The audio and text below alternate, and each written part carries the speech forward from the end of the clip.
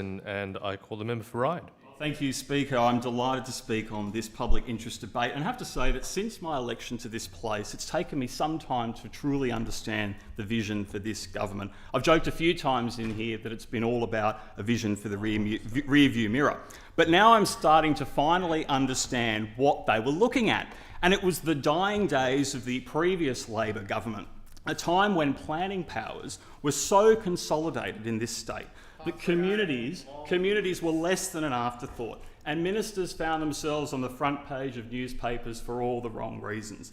This government, as new as it is traipsing that same old path.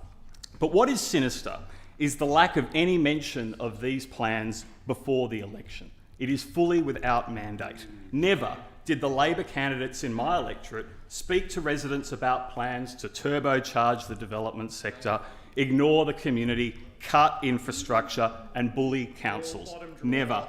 They never stood up in community forums and said if residents didn't support development that they should simply get out of the way.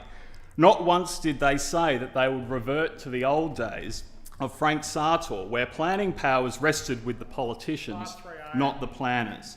In fact, the last time somebody from Labor made a substantial contribution to the planning debate, they were speaking about a similar medium density plan as the one that was announced today.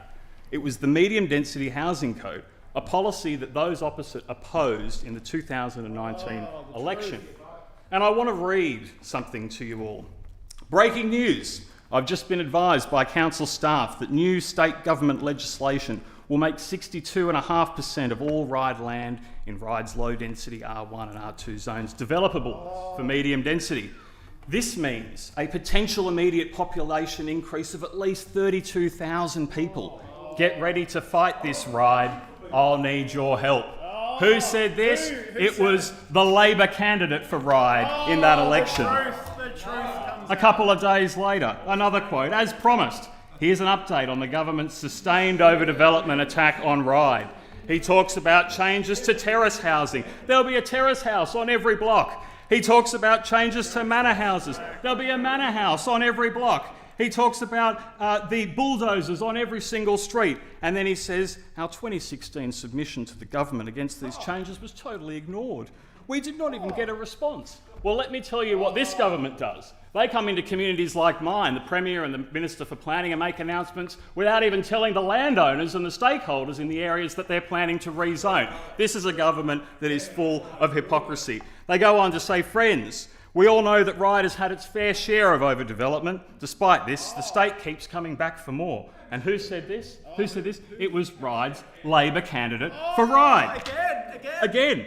And again, the Labor candidate for Ryde says, last night I've requested an emergency extraordinary council meeting in response to the state government's extreme overdevelopment of Ryde's low-density suburbs. He says these changes will turn every street into a construction zone. Ryde's Labor candidate in Ryde. What does he do? He goes on, a taxpayer-funded campaign against the government's plans. It was called Save Our Streets, SOS, and he celebrated when he got his one-year delay. He said, Ryde has stopped Developers' Day, but that wasn't good enough for him. He got a break, but that wasn't good enough for him. He then proceeded to do what? What do you do? He took the state government to court. He took the government to court on the ratepayer dime to try and oppose their medium density housing plan. A medium density housing plan that is remarkably similar in its objectives to what they've announced just today. $250,000 of ratepayer money spent challenging in the court to try to stop the government. And of course, what happened to that court case? Oh, it was deemed invalid. It was kicked out. It didn't even make it onto the floor because it was so very baseless. This is a government that is absolutely full of hypocrisy when it comes to planning. This is a government that doesn't listen, that imposes its will. And just today, before this debate, we saw a government trying to repeal the one skerrick or last remaining bastion of planning independence, the Greater Cities Commission. Something that has been developed to prevent repeats of what has happened in the past with ministers overreaching, governments overreaching, and politics rather than policy driving planning. Those opposite have confused their rear-view vision as a future vision. It's more like Back to the Future, or as you'll find out very soon, Back to the Future opposition benches.